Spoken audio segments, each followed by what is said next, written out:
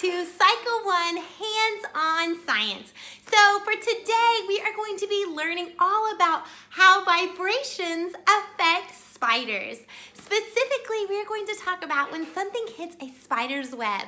A spider has to determine whether it's a threat, whether it's something to eat, or whether it's something to completely ignore. So let's get started with our first experiment about telegraph lines. So I like to start every science experiment with our scientific method song, and we like to sing it to Father Abraham. So we go something like this: question, research, hypothesis, experiment, analysis, and conclusion is the end of this scientific method.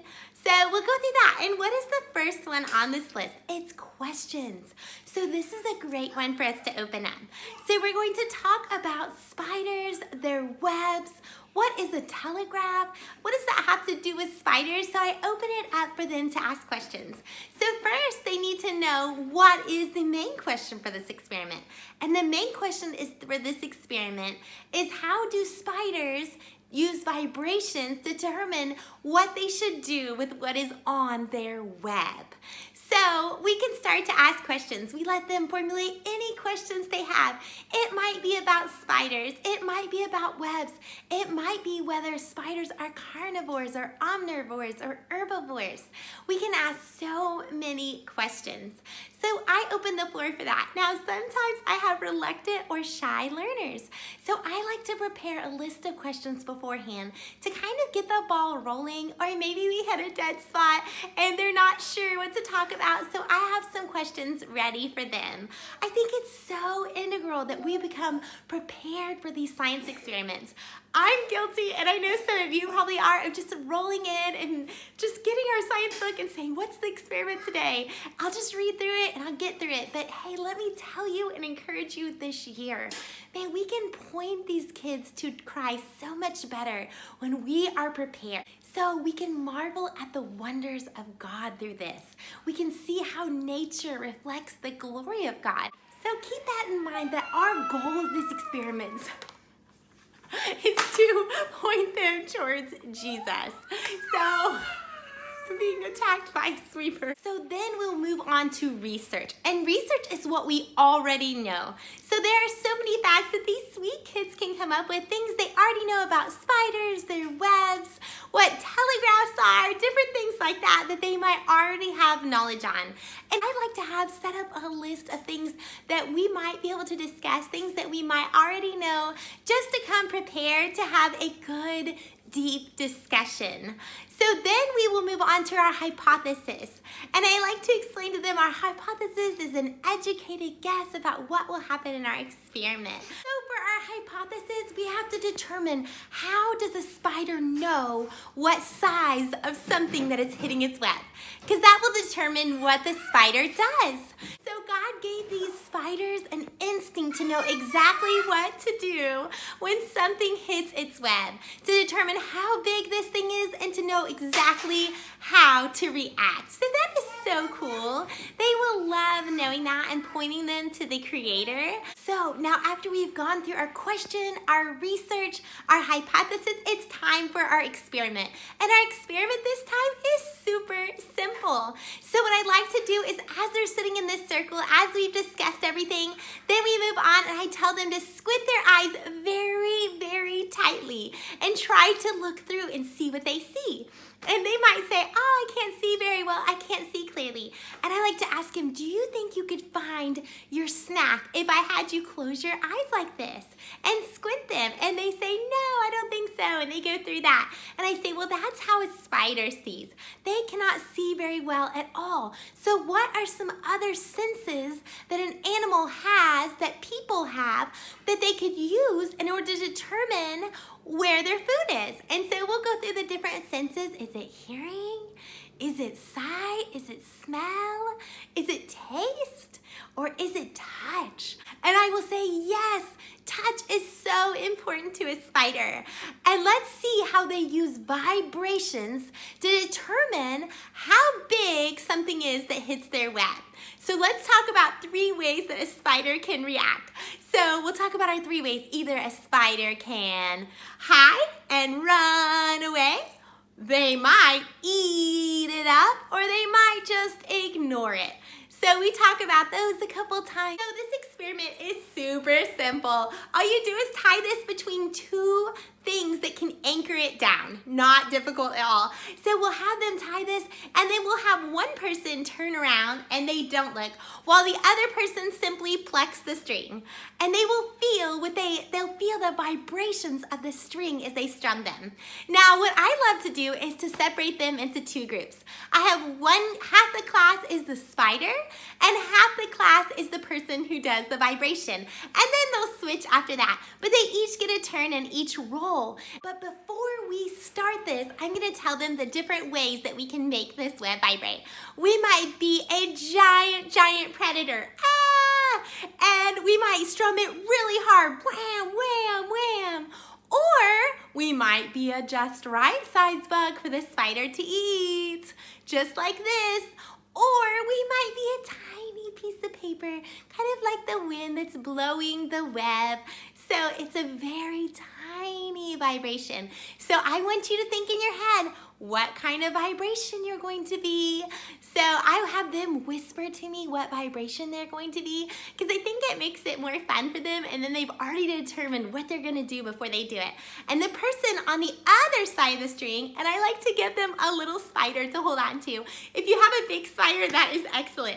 I have a spider and I have them hold the spider. Okay, listen spider, close your eyes and turn around. See what you can feel from the vibrations.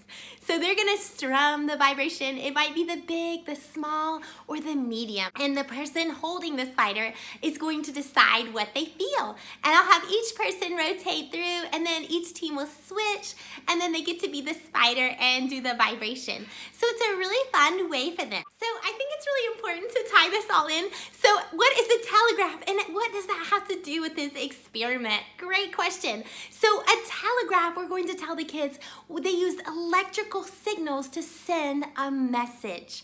And that is so important. Now, if you want to do a little extra research on this, it is so cool to learn about how Alexander Graham Bell used a coil, a magnet, and electrical signals to figure out how to transform that energy into voice so that you could hear voice over the phone. That is such a cool thing to learn about. I have researched that and learned so much. Not necessary for class, but so interesting to learn nonetheless. And maybe add a couple of things in there if you want to. Then after everyone has had a turn, I like to go through and explain everything. Now sometimes when I go through and just read the explanation, it goes woo right over the head. And it's great, but I like to have visuals so that they really comprehend it and they can come home with this knowledge. Okay, so I'd like to say, did anybody feel a great big bear vibration? And what do you think our spider does whenever he feels that vibration? Do you think that he hides? Do you think that he eats it? Or do you think he just says, ignores it?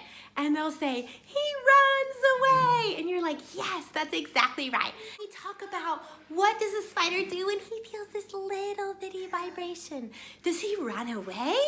Does he eat it? Or does he just ignore it? And they'll say he ignores it. Then we say, what about the right size bug? What does the spider do with that vibration? The medium-sized vibration. The spider, he rolls them up in the silk and has them for dinner. So I like to end by saying, isn't it so cool to see how God gives this spider instincts and he already knows what to do without anyone teaching him? Isn't that awesome? Our Creator is awesome. So I like to have them say that with me. Our Creator is awesome. So that is a fun way. Now we will move on to, oh no, why does a dead fish float? So let's get started with that one. We'll do our research. What do you know about a fish? What causes it to flip over? What do you think is on its underside that could cause it to flip over? And we might answer some questions about that. And then we'll give our hypothesis. Why do you think that these fish float? And I think it's really important to do this. Sometimes we kind of skip over this step, but this will help them as they go on to essentials and go on to challenge to really learn to ask good questions. So we will have them in a circle. Now we're going to do the experiment and let's get our bags. So what you're going to do with your bags is you're going to fill them halfway with water, halfway with air. Now let me give you a pro tip here. When you're blowing the air into the bag, keep blowing as you remove the straw. So you're gonna make a little spot and you're gonna blow it in there hard because if you don't have a lot of air, it doesn't show very well. So you're gonna blow it really hard and as you're pulling the straw, you're gonna zip it really tight and then you're gonna put it in a bowl. Now another good tip here is to put it in a big bowl. If we put it in too small of a bowl, it just looks like it's stuck on the sides and they can't see it as well.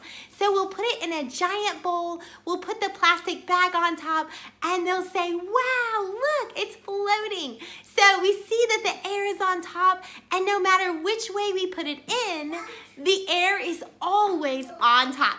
So I have them each take a turn putting it in. I'll say try to make the water go on top, but you can't. So let's figure out why. So then we go into our results and we talk about why. So this is the part, again, that kind of gets lost because now they're starting to tune out. It's not hands-on anymore. They're not listening as much. So I like to give them hands-on examples. So I like to show my little fish here. You might have a big fish, that's even more fun. I have a little fish. So I say, what happens when the fish dies? Oh no. So he has a tummy right here. Do you see his tummy? And in his tummy, there is bacteria. And even to break down his food, it breaks down his food. Even when he dies, this food is still breaking down inside of his tummy. And it creates big air bubbles. So as our little fish gets more and more air bubbles in his tummy, they grow bigger. And as he was right here now, since his underside is where these bubbles are forming and they get bigger, they start to float. And so he turns over. So that is why our dead fish float. So I like to ask him, do you have any more questions?